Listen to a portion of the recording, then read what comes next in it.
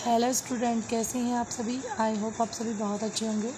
और आज हम देखने वाले हैं 11th अकाउंट में आगे का टॉपिक। तो फर्स्ट चैप्टर से रिलेटेड ही है इम्पॉर्टेंट अकाउंटिंग टर्मिनोलॉजीज वर्ड्स। बहुत सारे ऐसे वर्ड्स हैं जो हमें अकाउंट पढ़ने के पहले अंडरस्टैंड कर लेना चाहिए, ताकि जब हम प्रैक्टिकल करें और मे भी आपको थ्योरी का क्वेश्चन पूछा जाए तब आपको हर एक चीज़ अंडरस्टूड हो। ठीक है, तो ये जो है एक बेसिक क्वेश्चंस है और बेसिक टर्मिनोलॉजी वर्ड है जो अकाउंट पढ़ने के लिए हमारे लिए बहुत ही ज़्यादा इंपॉर्टेंट होते हैं। अगर आप 12th में हैं, आपका 11th का बेस नहीं है, तो इन टॉपिक्स को कवर करके आप 12th ईज़िली पास आउट कर सकते हैं। और जो 11th में है उन बच्चों को मैं बता दूं, ये बेस है बेटा। आफ्टर इसको पूरे हर एक टर्मिनोलॉजी वर्ड को आप जब पढ़ लेते हैं तो आपके लिए प्रैक्टिकल प्लस थ्योरी दोनों ही बहुत ईजी हो जाता है। चलिए स्टार्ट करते हैं हम। बिज़नेस क्या होता है? In economic activity.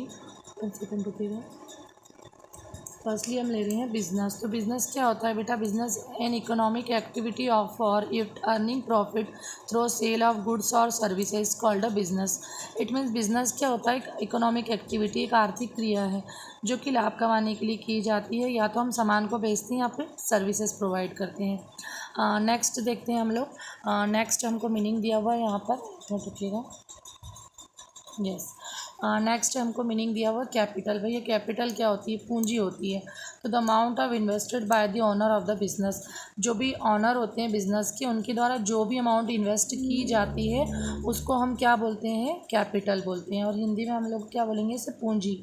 तो जो भी एक बिजनेसमैन के द्वारा, व्यवसायी द्वारा जो भी राशि बिजनेस में विनियोजित की जाती है उसे ही क्या कहते हैं? पूंजी कहते हैं। तो मुझे पता है कि हिंदी मीडियम वाले बच्चों को बहुत प्रॉब्लम आती है, ऐसी कोई सी वीडियो प्रोवाइड नहीं होती जिसे प्रॉपर अंडरस्टैंड कर पाएँ।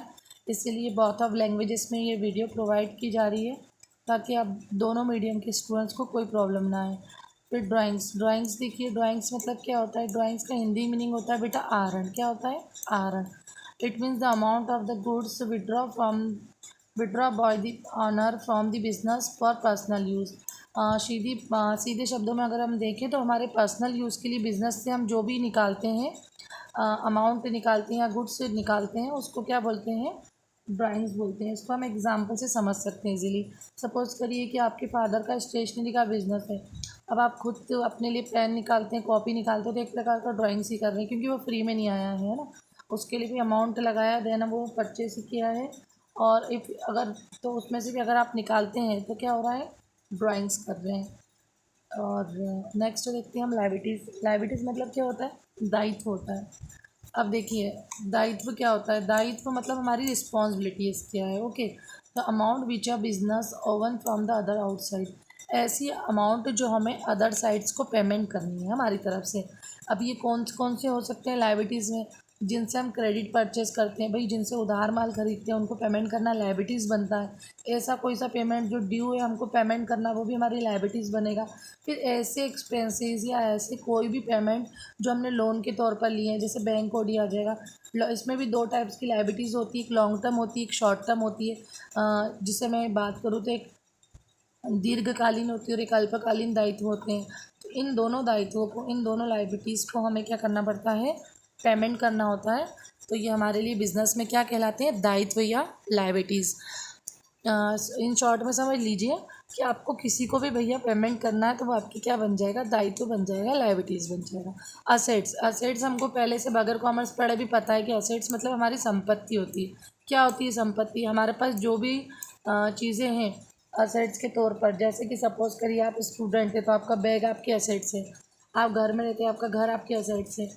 और एज अ बिजनेसमैन अगर अपन देखेंगे तो यहाँ पर क्या वर्ड आ जाएगा? The valuable resources own by a business है। ऐसे रिसोर्सेज जो बहुत ही वैल्यू रखते हैं वो हमारे असेट्स होते हैं। जैसे कि बैंक बैलेंस हमारा असेट्स है, कैश हमारी असेट्स होता है, फर्नीचर हमारी असेट्स होता है बिजनेस में, बिल्डिंग हमारी असेट्स होता है, हमारा स्टॉक हमारी असेट्स होता है। ये सारी चीज़ें काय में आ जाएगी? असेट्स में आ जाएगी। असेट्स देखिए टू टाइप्स की होती है। पहली होती है फिक्स असेट्स। तो यहाँ पर बिल्कुल क्लियर कर दिया गया है, assets use for long term like building and machinery etcetera. तो जो भी ऐसी चीज़ें हैं जो लंबे समय के लिए हम परचेज़ करते हैं असेट्स में, तो वो होती है बिल्डिंग एंड मशीनरी। इसके अलावा और भी चीज़ें जैसे फर्नीचर और इक्विपमेंट्स ओके। फिर है करंट असेट्स ऐसी एसेट्स है जैसे assets can be converted into cash.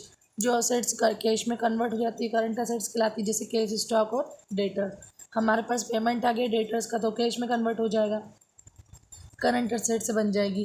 Cash तो खुद ही कैश है, कन्वर्ट करने की कोई ज़रूरत नहीं है। अगर बैंक में भी है तो हमारे लिए करंट असेट्स है। तो स्टॉक क्या होता है, अगर सेल आउट हो गया अमाउंट आ गया करंट असेट्स हो जाएगा। डेटर्स, डेटर्स कौन होते हैं?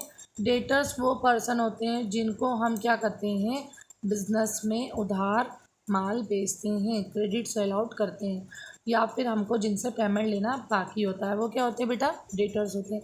नेक्स्ट देखिए, नेक्स्ट टर्म है हमारे पास में क्रेडिटर्स। क्रेडिटर्स क्या होता है?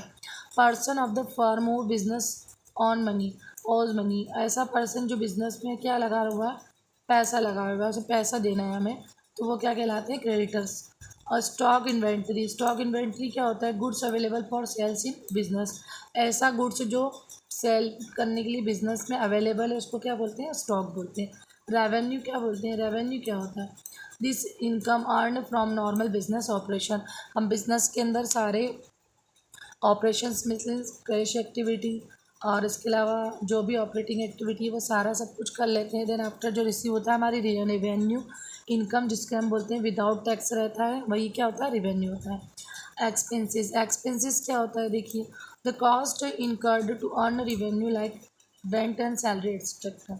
ये सारी चीज़ें क्या हो जाती हैं, ये सारी चीज़ें हो जाती हैं हमारा एक्सपेंसेस। आपको पता है बिजनेस में बहुत सारे खर्चे होते हैं, बिजनेस को रन करना है तो वही सारे खर्चों को हम क्या कहते हैं, एक्सपेंसेस कहते हैं। जैसे कि सैलरी, रेंट, कमीशन, इंटरेस्ट, है ना, ब्याज, सब देना रहता है। Purchase, the goods bought by the business for resale. ऐसी चीज़ जो हम खरीदते हैं और फिर उसे बिजनेस में बेचते हैं, वही हमारे लिए क्या कहलाता है, परचेज कहलाता है। जो कर रहे हैं और उसको खरीदते हैं, उसके लिए जो भी मटेरियल खरीदते हैं उसे परचेस कहते हैं। आपने नॉर्मली बाय वर्ड यूज़ किया है, बाय वन हम किसी भी चीज़ को खरीदते थे, लेकिन आप जब बिज़नेस करेंगे तो आप परचेस वर्ड का यूज़ करते हैं। सपोज़ करिए कि आप फर्नीचर का बिज़नेस करते हैं, आप वुड पर, तो उसके लिए मटेरियल वुड लगेगा, तो आप वुड परचेस करते हैं तो वो आपके लिए गुड्स क्या कहलाएगा, परचेस कहलाएगा। ठीक है। अब आगे देखिए, सेल्स क्या होता है? सेल्स क्या होता है? जो भी चीज़ें हमें बेचनी है, हमने प्रोडक्ट तैयार कर दिया, the goods sold by a businessman to customer. जो भी गुड्स बिजनेसमैन द्वारा कस्टमर को सेल किया जाता है उसे सेल्स कहते हैं। प्रॉफिट क्या होता है? प्रॉफिट भाई क्या होता है भाई, लाभ क्या होता है? The excess of income over the expenses. जो भी हमारी एक्सेस इनकम होती है एक्सपेंसेस के ऊपर, उसको हम क्या बोलते हैं, उसे हम बोलते हैं प्रॉफिट। अब लॉस क्या होता है? एक्चुअली मैं सभी में कलर हो गया, आपको अंडरस्टूड नहीं हो पाएगा, इसलिए मैंने चेंजेस किया है। लॉस क्या होता है? The excess of expenses over the income. जब खर्चे ज़्यादा हो जाए और इनकम कम हो तो भैया नुकसान ही होना है, सीधी बात है। वाउचर क्या होता है? थोड़ा स्पीडली ले रहे हैं, आपको लगे वीडियो की स्पीड स्लो कर दीजिए। और दूसरा ये है कि वीडियो का स्क्रीनशॉट ले लीजिए, क्योंकि बुक में तो आप किसी भी राइटर की बुक में पढ़े बहुत ज़्यादा डिटेल में दिया हुआ है, आपको ऐसा लगता है कि हम इसे 4 दिन क्या 40 दिन में भी पूरा नहीं कर पाएंगे। इसीलिए शॉर्ट टर्म आपके लिए रेडी किया है, ताकि आपको जो टॉपिक से टर्मिनोलॉजी वर्ड है वो भी अंडरस्टैंड हो जाए बगैर किसी परेशानी के। चलिए आगे चलते हैं। वाउचर, वाउचर क्या होता है भाई? वाउचर क्या होता है? वाउचर क्या होता है? एक प्रलेख होता है, जैसे a document that a services evidence a transaction, जैसे बिल, रिसिप्ट एटसेट्रा। ओके। तो नाउ ट्रांजेक्शन, भैया ट्रांजेक्शन क्या होता है, व्यवहार क्या होता है? हिंदी में क्या बोलेंगे, व्यवहार। तो एक मिनट रुकिएगा। Okay. Any exchange of goods and service involving money. जो भी जिनसे भी हमें पैसा मिलने वाला है वही उसका एक्सचेंज कर रहे हैं, गुड्स हो या सर्विस हो, वही क्या कहलाएगा, ट्रांजेक्शन कहलाएगा बिजनेस में। गुड्स क्या होता है? गुड्स यानी माल होता है। The item which a business buys and sells. हम जिसका भी बिजनेस कर रहे हैं वो जो सामान होता है उसमें जो भी मटेरियल यूज़ होता है उसको हम क्या बोलते हैं, गुड्स बोलते हैं। गुड्स जैसे कि आप बिजनेस करते हैं कपड़ों का, तो कपड़े आपके लिए गुड्स हो जाएंगे। ओके। एंट्री क्या होती है? प्रविष्टि। हिंदी में क्या कहा जाता है एंट्री को? प्रविष्टि। प्रविष्टि क्या होती है बेटा? Record of the transaction in the books of account. आपको कोई भी आपने ट्रांजेक्शन्स किए हैं उनका रिकॉर्ड करना ही क्या होता है, एंट्री होती है। जैसे एंट्री करते हैं नॉर्मली कि आप एक किराना शॉप पे जाएं, कुछ लोग क्या करते हैं, उधार खरीदते हैं, उधार बेचते हैं, तो डायरी बना के रखते हैं, तो उसमें नॉर्मली एंट्री करते हैं। लेकिन अकाउंटिंग में प्रॉपर सिस्टमेटिक वे से होता है, ऐसी नॉर्मल एंट्री नहीं होती है। इसमें पूरा प्रिंसिपल्स को फॉलो किया जाता है, अकाउंटिंग प्रिंसिपल्स को। अब जनरल क्या होता है? जनरल मतलब होता है भैया रोजाना हम अच्छा हिंदी में बात करें तो ये जनरल लेखे की सामान्य पुस्तक है, जिसमें सारे ट्रांजेक्शन को रेगुलरली रिकॉर्ड किया जाता है। यहीं से हमारा प्रैक्टिकल स्टार्ट हो जाता है। अभी केवल हम नाम सुन रहे हैं। A book where are transaction are recorded first chronological order, जहाँ पर जितने भी ट्रांजेक्शन है वो रिकॉर्ड हो जाते हैं पहली बार क्रोनोलॉजिकल ऑर्डर में। ठीक है, उसको हम क्या बोलते हैं? जनरल बोलते हैं। जनरल से ही आपका प्रैक्टिकल स्टार्ट हो जाएगा, और आगे के हम जब प्रैक्टिकल करेंगे तब देख लेंगे। चैनल को लाइक और सब्सक्राइब करिए, तब लाइव आने का मौका मिलेगा और आपको प्रैक्टिकल जो है मैं सॉल्व करवा पाऊँगी। लेज़र, लेज़र किसे कहते हैं भाई? लेज़र मतलब होता है खतौनी करना। क्या है? सेपरेट किसी अकाउंट को बांट देना। तो यहाँ पे क्लासिफिकेशन लिखा है हर एक, आपको तो इजी समझ लेना है कि हर एक का क्लासिफिकेशन करना है, हर एक एंट्री का। After journal we are making the laser.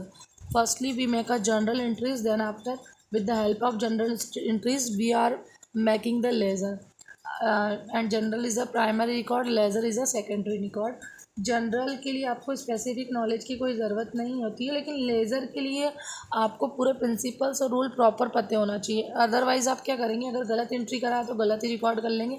तो जनरल को भी आप सावधानी पूर्वक करिए, तभी आपका लेज़र सही बन पाएगा।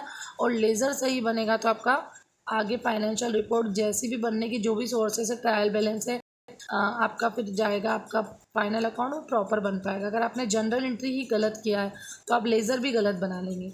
ठीक है, तो बहुत ज़्यादा इंपॉर्टेंट होते हैं ये दोनों, ये भी प्रैक्टिकल हम करेंगे। देन आफ्टर क्या होता है बेटा? ट्रायल बैलेंस क्या होता है?